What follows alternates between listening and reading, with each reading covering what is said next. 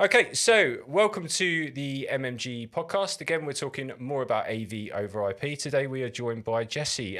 Jesse, do you want to introduce yourself? Tell us where you're from and what it is you do, please, mate. Sure. Thank you for having me. I'm Jesse Miller. I'm the CEO at Midtown Video. We're an audiovisual integration firm out of Miami, celebrating our 41st year in the business. We grew out of a broadcast rental house, so we provide an interesting mix of broadcast and AV integration and sprinkled in with some really cool special projects, projection mapping and interactive retail environments, things like this. Okay, great. I mean, I'm excited to talk to you, mate, because I've seen all sorts of things, primarily on LinkedIn, actually.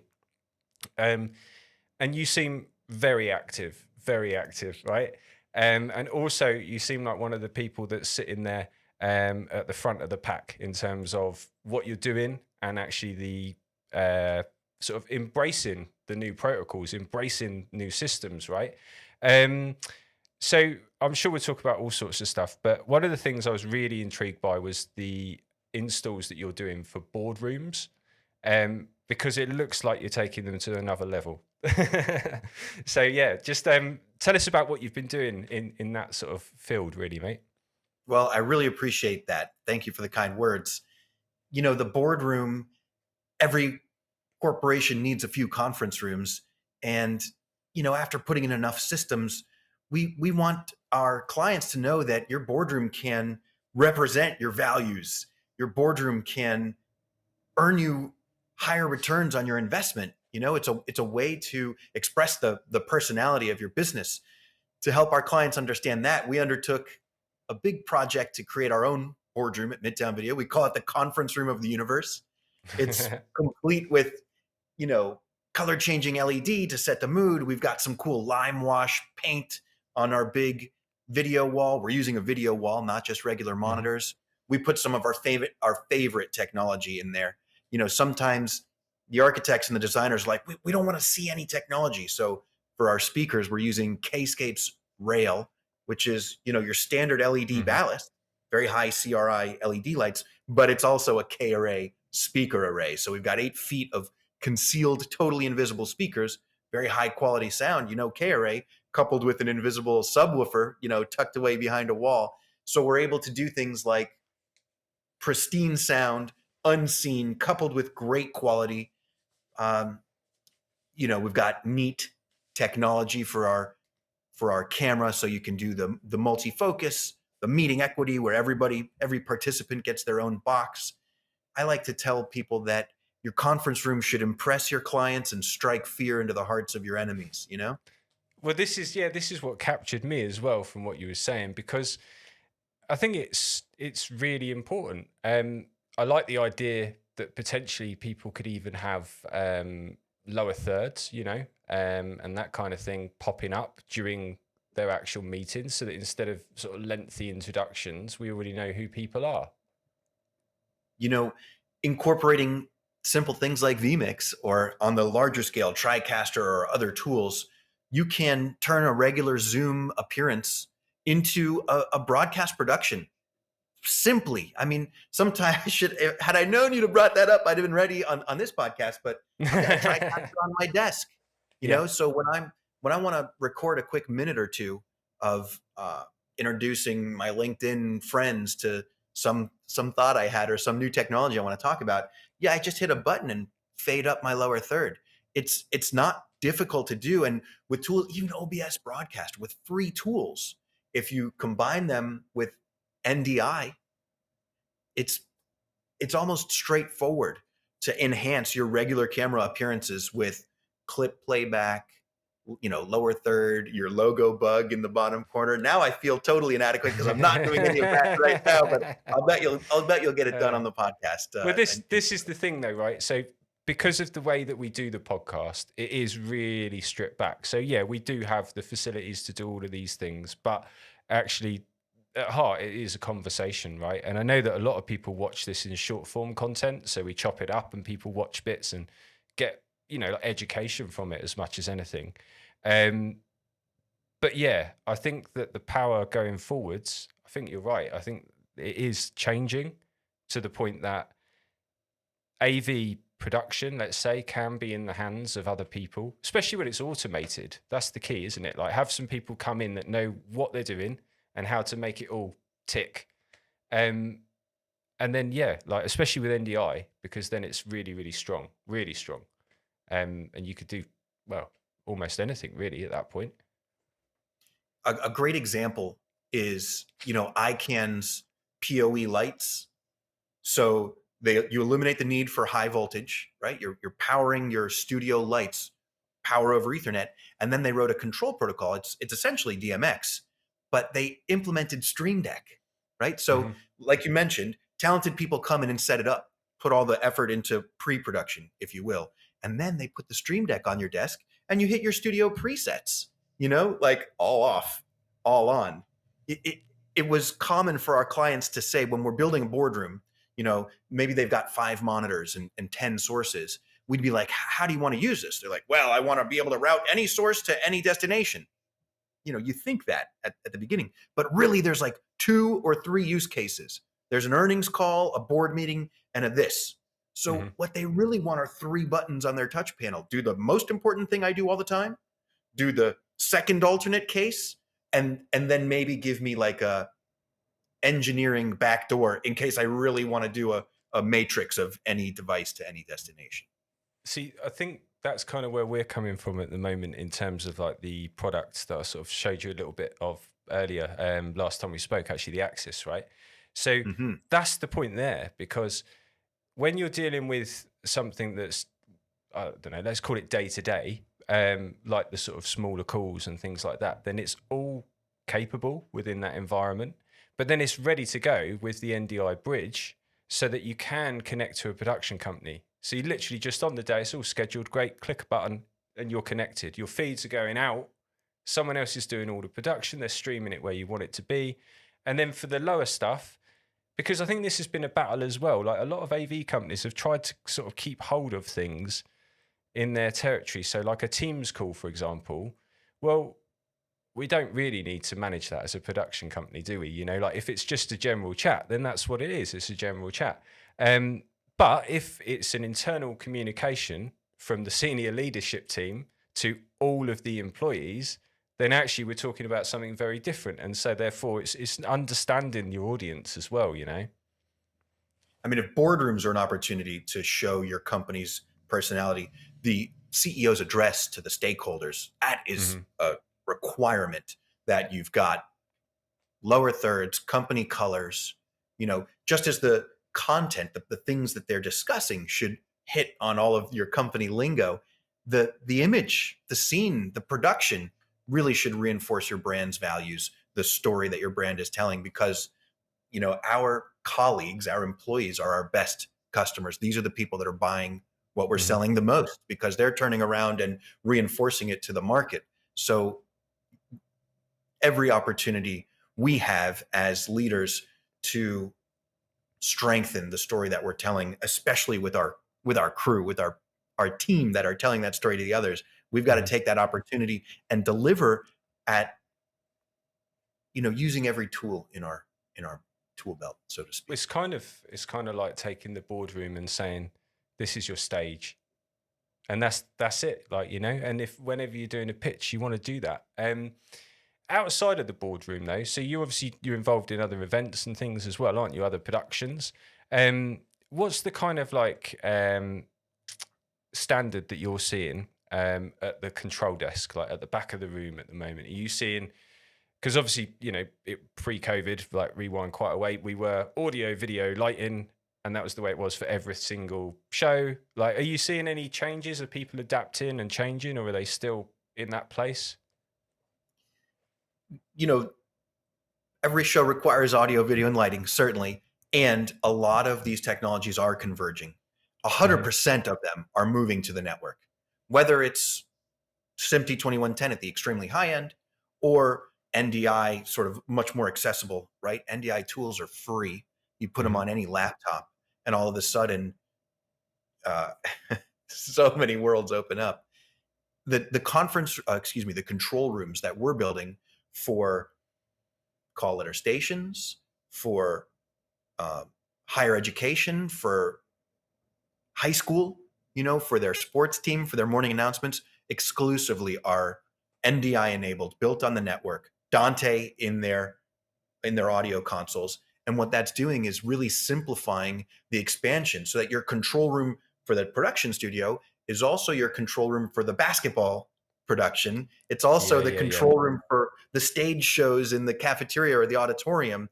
And rather than having to run, you know, fiber or SMPTE triax fiber all over the place, we're partnering up with the school's IT departments, and they're running just, duplex 2 strands from their IDF closet to wherever they need a local network switch, and Yeah. Yeah. as long as either we're designing the network or we're closely partnered with their IT department, making some VLANs to separate all of that multicast traffic from shutting down, their regular LAN. As long as you're getting that right, the campus wide, corporate Mhm. campus, school campus, whatever it is, it's linked now because of tools like Dante and NDI, or on an AV level, Crestron's NVX, or any of these other entrants in the marketplace that are distributing AV, freeing us from the HDMI point-to-point cable. Right now, it's anything, anywhere network cable, and that I can't say enough about how important that is to opening up the world. You mentioned that the boardroom is your stage. Now, anything with a network jack can be your stage. Yeah, yeah, yeah. I mean, I love it. I absolutely love it. Right. I think that's sort of fairly obvious from the amount of work we're doing, talking to everyone. Whereabouts is it you're based? Where's your company based? So we're in Miami, Florida, about 20 Hmm. minutes southwest of the airport, and it's an interesting place to be because our friends in Jamaica and the Bahamas and Trinidad and Belize and Guatemala see Miami as sort of a gateway to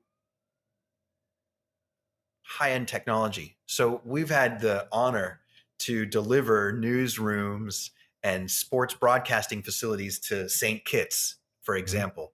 So the bulk of our work is certainly in South Florida, and we're honored to be thought of as industry leaders, especially for our Caribbean partners, and then on our AV work, the standard boardrooms and retail background music and video walls and this kind of thing. We get around. We're in across America, from DC and New York City and Boston to Chicago, Dallas, and Los Angeles. So we have one headquarters in Miami. We've just opened up some regional support in Orlando, and uh, still we're able to really participate across North America and the Caribbean.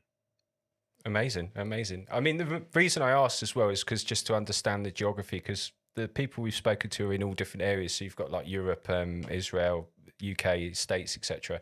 And it really does feel to me like actually the UK is trailing behind currently, in terms of the AV over IP. Because one of the things that I'm sort of feeling traction with in general is like, so for example, a larger company that's got a warehouse with a load of switches in. Let's sort of go non-brand, but I think we get the general vibe, right? So sort of, your 4 inputs, 2 outputs, that kind of thing. And they've still got like 50, 60 of them on the shelves. So they're sort of like not wanting to jump, but I feel like it's going to get too late soon. Like they're going to actually find out that what's happened is they've then got stock that doesn't do anything and they need new stock rather than moving. So it's a difficult one to approach, isn't it, really? Like, what would you say to someone that's thinking about AV over IP? Like, because there's so many benefits, but, if there's a stopping force like that, is there a way around it? Is there a way to work with that? That's a real challenge. A lot of my clients come to us asking not just for a system, but they pick a brand. Oh, Mm-hmm. this stuff is really inexpensive, and it kind of works, and when it doesn't work, it's so inexpensive you just buy a spare, and swap them out, which is the Mm-hmm. only way to approach that particular brand. And my first question is, does it have NDI? Mm-hmm. Because if not, um, it's limiting, and I feel for these organizations that have a bunch of stock. I mean, obsolete inventory from the perspective of a business owner is a real challenge. How do you clear out your physical space? How do you keep your offerings fresh and not take a big hit on the balance sheet? We're kind of small and nimble in that respect, so we work on a just-in-time inventory. On the other hand, some things you got to have in stock because they're so popular, even if it's not your favorite. Yeah. And when you've got a AV production switcher, I mean, they're sort of catching on, right? Some of them will say, okay, we've incorporated NDI, so your program mix is on the network, and you can even take in one NDI source. So the traditionally point-to-point products are starting to catch on. But if there's no NDI whatsoever, I think it's a challenge. It's very limiting in the way that you'll set up your broadcasts or your recording sessions or whatever. And on the other hand, you can get it done. You can get it done. It boxes you in to your physical space, to the length of your cable run.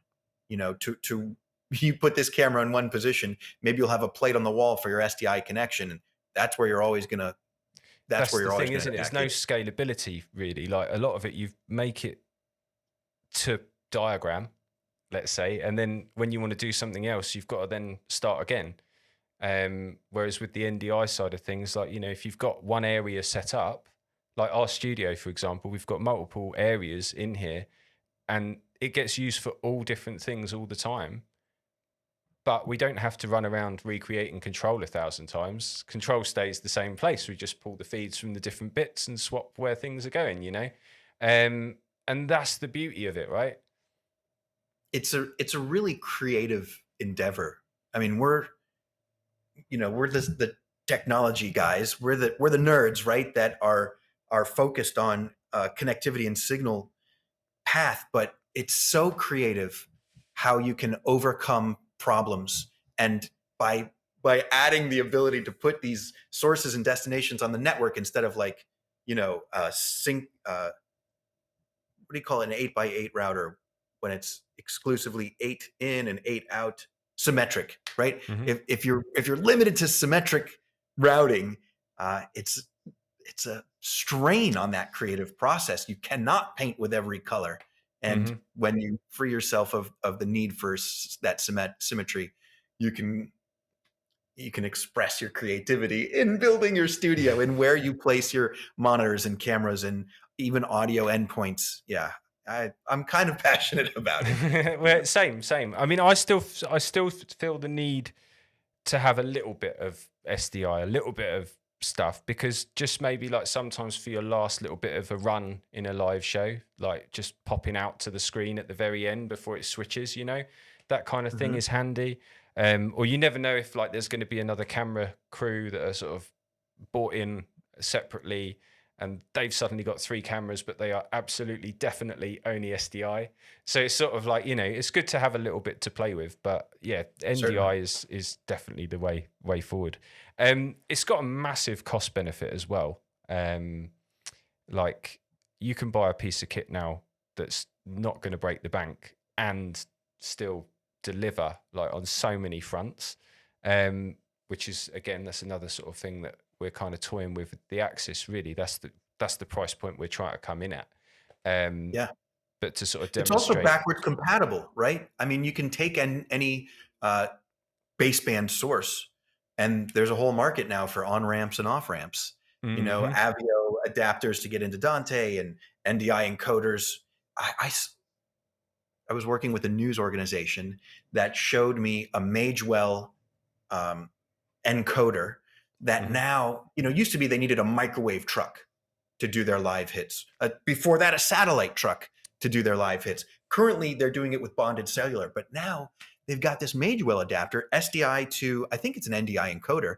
They have Starlink in the van. So for $300 a month, they've got network anywhere they go. They put a SDI to NDI encoder on the van and an NDI to SDI decoder in their studio. And now their man on the street kind of on the scene reporter, the cost is incredibly reduced. And they're testing it to make sure that it's really, I mean, if it's going in a news van, they're going to beat it up and make sure that it's totally reliable and maybe even redundant, but how it democratizes the distributed contribution when you go from a satellite or a microwave truck down to the couple $100 Magewell NDI encoder, Yeah, yeah, right? yeah. And these things then as well become replaceable if you do need to, don't they? Like within that price point. I think a lot of people have struggled as well with the idea of like, feeling like they're not doing enough, like job wise, right?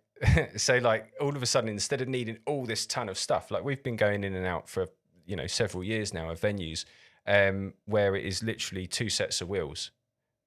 And this would be something that previously would have been a van. And then, Yeah. like, there's a lot of companies that seem to sort of like go, well, actually, no, we'll put this in a bigger rack with some other stuff and make it look, And it's Yeah. like, no, just own it. Like, technology's way more advanced. We know how to use it. We've created this solution. It means that you won't have thousands of boxes coming through your door. It means that we can rig this really quickly. Like, see the benefits and sort of own it, really. With analog cameras, Mm. with show production, not more than 25 years ago, the broadcast engineers were adjusting registers, changing the tube in the camera. Yeah, And yeah. and it's still those broadcast engineers that are maintaining signal integrity, that are, pulling your image up on a vector scope, making sure the reds match. But we don't have to register the tubes anymore. We can focus all of that energy, creative energy, technical energy, whatever it is, into delivering that end product. Mhm. You know, yeah, And experience is always like really important, like I think people do value that, right? Like if we work with either freelance crew or we're working on a white label basis for someone else or whatever, people understand that the fact that someone did a job within 5 minutes in terms of hooking something together or making it work hasn't just come about because they happen to be in the right place and throw that together and huzzah. that's right. Like it's taken the years of experience to build up to it to be able to do that, right?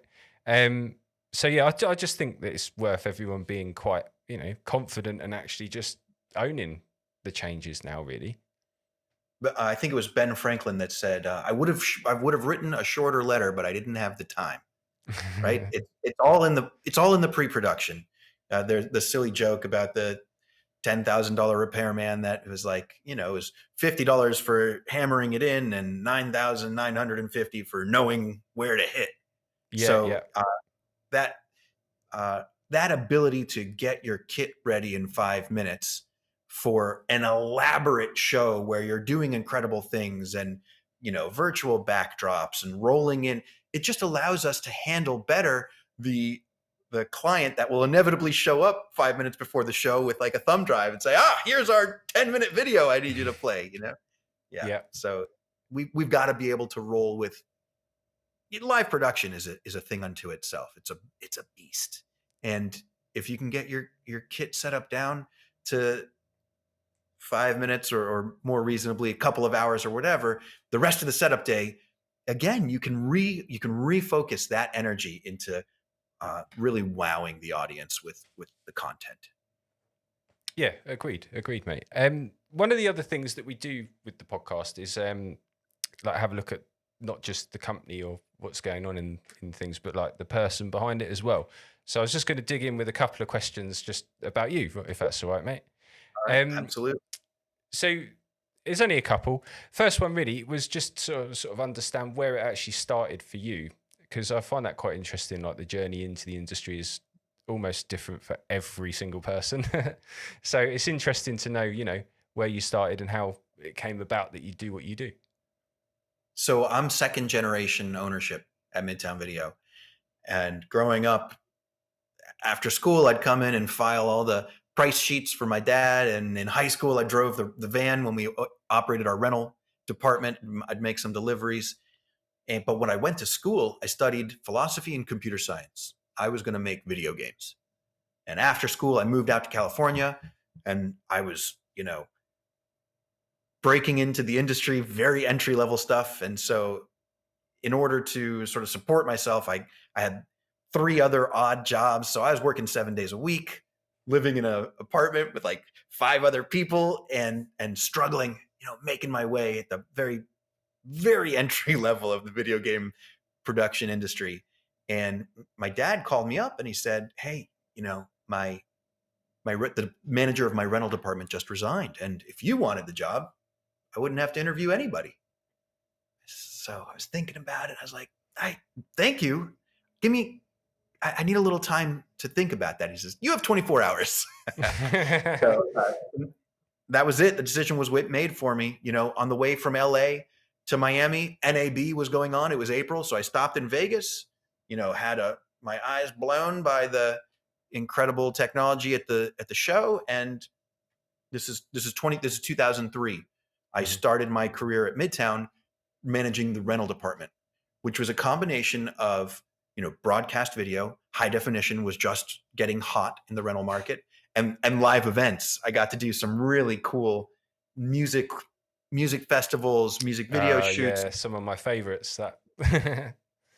So I was really, I really got sharpened my teeth, I think is the phrase, on high energy, high stress, live production, live to air. And sort of after the crash, 2008, after the real estate market crash, I had all this studio equipment on my shelf that wasn't getting rented.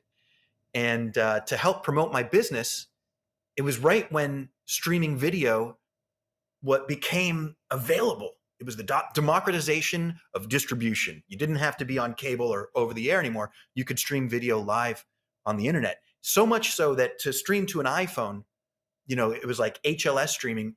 Nobody was doing that. There was no encoder that automated HLS streaming. So it's 2008. We've been making some videos to promote our business. Now I started a streaming show. So half an hour a month, the third Thursday of every month, we went live after at 6:30 p.m. Just goofing around. We did product demos, filmmaker interviews, and we told bad jokes, but we were like showcasing TriCaster and streaming live to the internet. And we created, I rented space on an AWS server and figured out how to do all the M3 U8 files or whatever. I joke that we invented streaming to the iPhone. It was such a challenge at the time because we were streaming in Flash. Flash was famously not compatible with the iPhone. So we figured out how to get live on the iPhone. And then, 2 months after that incredible accomplishment, YouTube automated, stream to us in Flash and we'll restream it in HLS to the iPhone. Totally negated our stuff. But that was my introduction to the market. It was live production. I was hosting the show and I was the technical sort of engineer, I guess. But I had an awesome TD guy by the name of Verge Castillo, who was like the champion of the rental department, one of our experts. That's what it takes to run. That's why we no longer operate our rental department anymore. I mean, the kind of talent you need, the kind of people that they have to know every camera and every menu setting of every camera.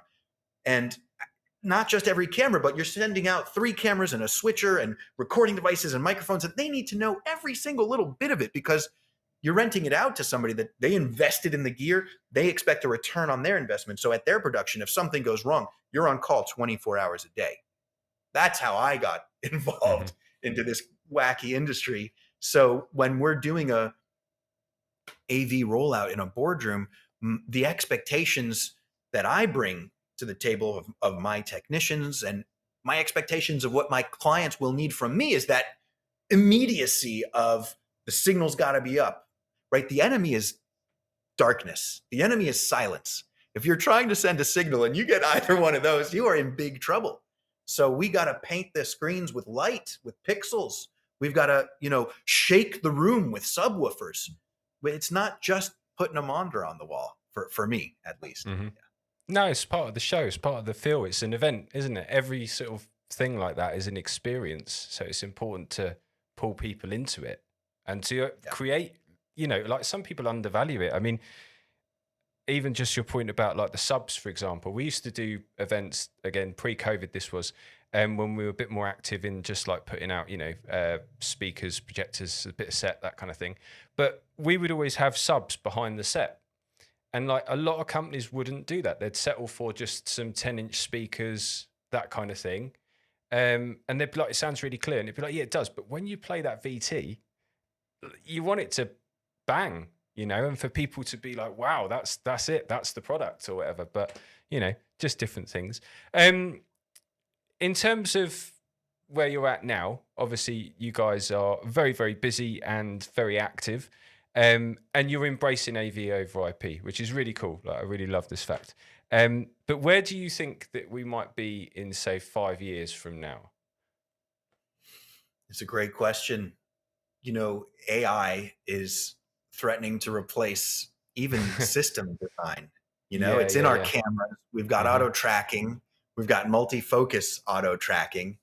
So I think a good deal of low-level production is going to be automated. Nothing's going to replace a camera operator, at the back of the stadium with the 80x lens, the talented guys that are getting your close up, right? I don't think we're 5 years from replacing that. However, I think AI is going to significantly change our approach to system design, whether it's integration or live production. Signal path is going to be exclusively on the network. It's just too silly to have HDMI and XLR and all this other stuff. Although microphones probably, I guess you could send phantom power PoE. Yeah, I saw a little meme actually just the other day with a microphone with a Cat 5 plugged in instead of an XLR. And it was sort of like, is this the future? And I was like, I don't know, actually, maybe in a way, but it kind of seems weird. I mean, audio's my background, like proper, like, over a decade. So it would seem odd to replace the XLR cable. But at the same time, it's the same argument, isn't it? Well, let's not You've had to wrap SDI. You've had to wrap a few snakes. You've had to connect a few stage boxes, right? Yeah, exactly, right. And instead, like even now, we're doing that Dante, aren't we? With just clip point to point. Yeah. So yeah, but wireless is kind of key, I think, with the microphones really at that point. And then at that point, actually, it is network now, isn't it? Because you can just Dante. Because the receivers have Dante built in. Yeah. So it's already happened. Yeah, it's already happened, and it will even more. And as you identified, the lighting. There's the lighting console, the audio console, and Video Village. Well, lighting is getting on the network now, not just control, not just DMX, the power, the PoE plus lighting up your studio lights. I think that is, at first I didn't get it. At first I was like, why would you put your lights on the network? But because let's say you had an iPad and you ran the whole show, all your cues were automated. This lights listening to the audio for the beat, that alone gives you a hint at what I believe is going to be AI's influence in both live production and sort of video, whether it's streaming or recording or broadcast production. Cool. I mean, there's all sorts of things that could happen, all sorts. I mean, one of our big visions here is that the control desk actually doesn't keep moving around, so that you have your control set up, warehouse, studio, whatever. And then all that happens is that you would have, I don't know, like an account manager, because you've got to keep your client happy, right? And a general technician, because like you say, the person that can operate all the menus and things on site is really quite important. Beyond that, a box to send signals, and then you can just receive them and have control in terms of sound, lighting, everything remote at that point. I'm not sure if it would work in the context of like a live gig, like music, because I feel like, especially for the sound, because it's not just about the sound, is it? Like, the you got to hear it. Yeah, I feel like you might mixing audio, you got to hear it. A buddy of mine from the video game production industry, he's a consultant now, and I saw a really interesting post of his on LinkedIn because it relates so well to our industry. He essentially, the story was play the build, right? There's revision after revision in software development, where if you're making a game and you've got a revision out, you better play it, right? You got to be the player and see if things work. And it just relates directly to especially audio. I mean, listen to the mix, put your headphones on it. It's not just, it's not just curves on a graph. It's so visceral, the live. And COVID kind of made this big split. All of our events now have a virtual component. There was an organization that was putting on a concert here, and I was like, do you guys want to stream it? They're like, no, why would we want to dissuade the in-person audience? It's like, you are not going to dissuade not one bit. It'll be cool to have a little bit of recorded content. It'll be great for the person who got the flu that could still listen to the concert that they're going to miss. But you are not as awesome and as real as it is. You could have all the virtual reality and all the subwoofers you want. The in-person event, I don't care what global pandemics have to say. The in-person event is really the source. That is why people gather, and to watch it is going to be cooler and cooler. There will be more data on the screen. The experience will be cool for the viewer, but it will not replace the in-person event. Yeah, because we're all still human. So like we still want all of those experiences that actually, because interestingly enough, like if you do just go and turn off the power to your house and the Wi-Fi goes and everything else, it's surprising how quick that people start going, oh, I don't know what to do now. And it's like, well, you don't need to look at the content. Like we can just play a game or go outside or do, like there's also, and then you start reverting, and it doesn't take that long, like maybe an hour or two before, the kids realize that the world is still there. So, I think, yeah, you're right. Human contact in person, super important. But I've always been massively interested in all the tech side of things, and that's sort of driven it a lot of the time for the end result though, rather than what the actual technology is. So like, I'm not bothered that it's a switch or a speaker or whatever, but I am bothered that the sound comes out because that's what we need, that sort of thing. I had a mentor once sort of showing me a little bit about multi-camera production. And he said, it's got to be better than being there. I know that sounds funny when I was just like, oh, you got to be there. There's no substitute for the in-person event. And it is a good guideline for how to set up your multi-camera production, right? We don't just want a wide shot of the person on the scene. You've got to, there's such an art to telling the story. You're establishing shot, your medium, and then your close up right in the eyes when they're delivering the meat of their.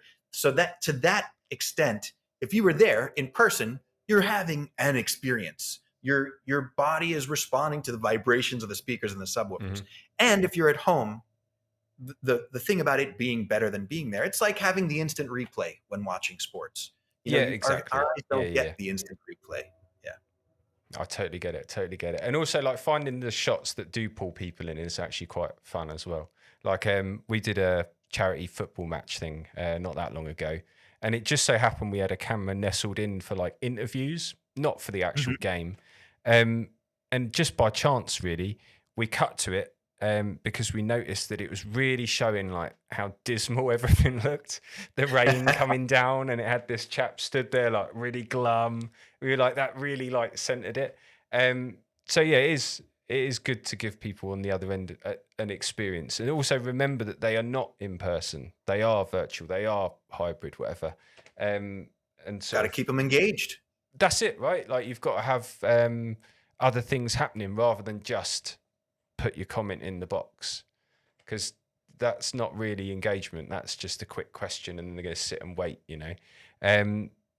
That's something that we really enjoy doing, actually, like in terms of producing things and constructing narratives for the virtual, for the hybrid is really good.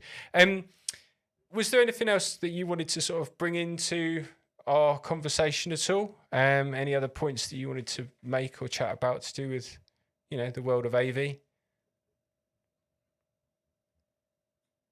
I hadn't thought of that. That's a great question. I think I've said it a few times. It's really important to me that that people know it's a creative endeavor. We're the professionals in this field. We're not making suggestions just because, we're not. The professionals in this field are in pursuit of real pristine experiences.